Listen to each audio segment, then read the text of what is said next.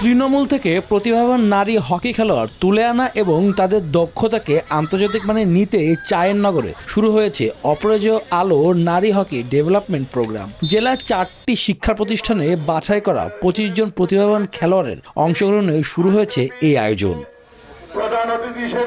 সংশ্লিষ্টদের মতে এমন আয়োজন তৃণমূল থেকে জাতীয় ও আন্তর্জাতিক পর্যায়ে নারী হকি খেলোয়াড় তুলে আনতে গুরুত্বপূর্ণ ভূমিকা রাখবে, পাশাপাশি নারীদের হকিতে আগ্রহ আরও বাড়াবে। মেয়েরা কিন্তু খেলতে খুব আগ্রহী।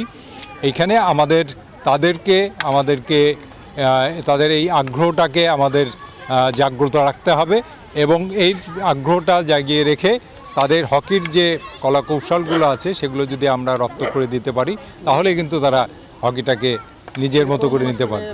যেখান থেকে নারী খেলোয়াড় বের হওয়া সম্ভব, এটি একমাত্র পথ। এটা হচ্ছে রুটস, প্রতিটা গাছ যেরকম রুটস থাকে এটিই রুটস। নারী হকিকে এগিয়ে নিতে সব ধরনের সহযোগিতার আশ্বাস দিয়েছেন আয়োজকরা।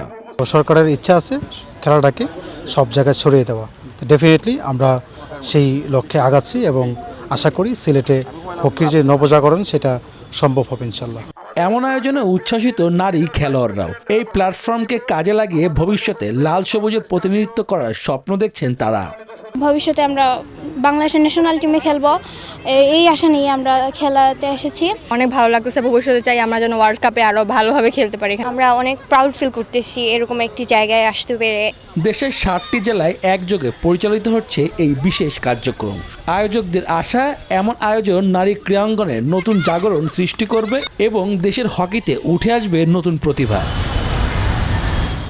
শুভদেবনাথ, নিউজ 24।